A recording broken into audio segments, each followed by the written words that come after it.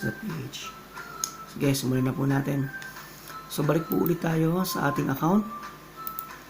So, makita nyo po, ito po yung account natin again. So, unang i-discuss ko po sa inyo is paano ba natin malalaman kung na-verify na yung legit information na send natin sa coins.ph and kung paano natin makukuha yung 50 pesos. So, click here sa gilid may down arrow dyan. I-click nyo po yan. May lalabas po na ganito. So, pinutin nyo po yung limits and verification.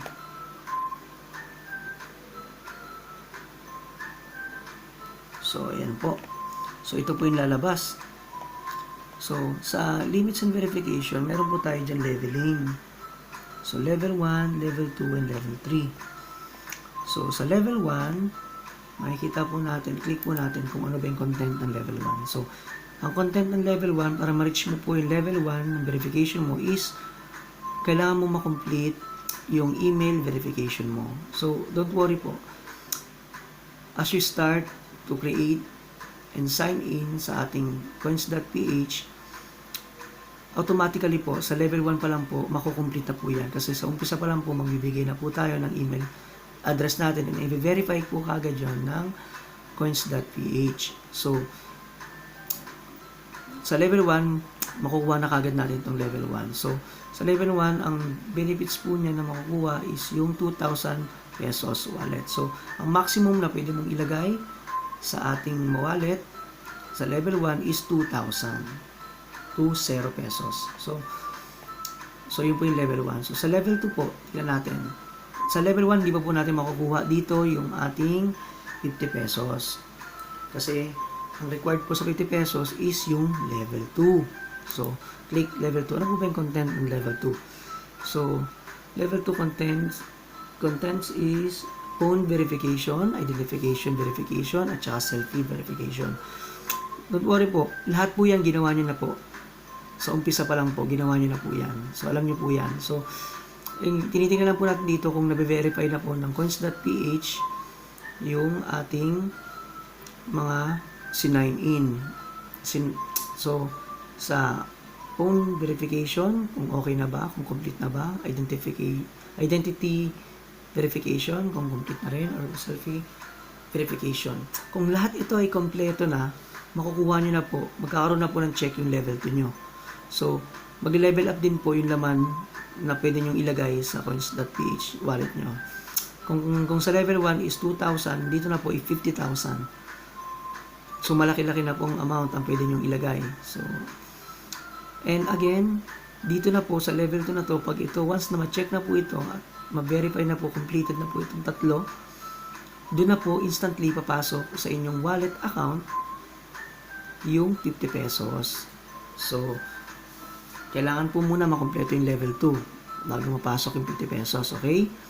So, it takes sometimes 1 to 2 days. Mabilis na minsan yung 1 day. Depende sa follow up. Pwede po natin siyang i-follow up kung mapapansin nyo po dito sa ating side. Ito, yan. So, meron po diyang chat box. Pwede nyo pong, kung medyo feeling nyo na po nababagalan po kayo sa pag-verify ng inyong information ng coins.ph, meron po tayong dyan mga active partners ng coins.ph na sasagot sa inyong mga tanong. So, i-follow up nyo lang po yan dyan kung gusto nyo po na sagutin kayo ng coins.ph kung bakit natatagalan sila sa pag-verify ng inyong account. So, minsan maganda to, mas positive to. Kung mag-verify kayo dito, mas napapabilis minsan eh. Minsan umaabot na lang 1 day or automatically that time, nabe-verify ka agad nila. So, sobrang dami ng gumagamit ng coins.ph ngayon sa Pilipinas kasi nagiging demand na rin siya. In demand na rin po siya. Nagiging busy na rin po silang lahat sa pag-verify ng mga accounts. So, much better kung magka-follow up kayo dito. Again, ano lang po yun. Ating side, ano lang po yan. Info. So, okay. So, sa level 3 naman, hanggang level 3, pag umabot ka ng level 3, which is kailangan makompleto yung address verification. Pag nakompleto na po yan, tataas po ulit again yung ating pwedeng ipasok sa wallet natin. Dito, umabot na po ng 400,000. So, masyado na pong malaki. I doubt na makakapaglagay ako ng ganito kalaking account. Pero at least, di ba, sobrang laki ng space na binibigay nila. So, yun. So, okay. Ang level 1, level 2. Tandaan nyo po, sa level 2 po, kailangan ma-check yan bago makuha yung 50 pesos. Okay? So, paano naman po kumuha ng referral code? Coach Fred.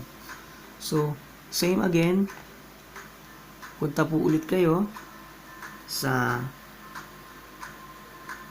upper side ng inyong account.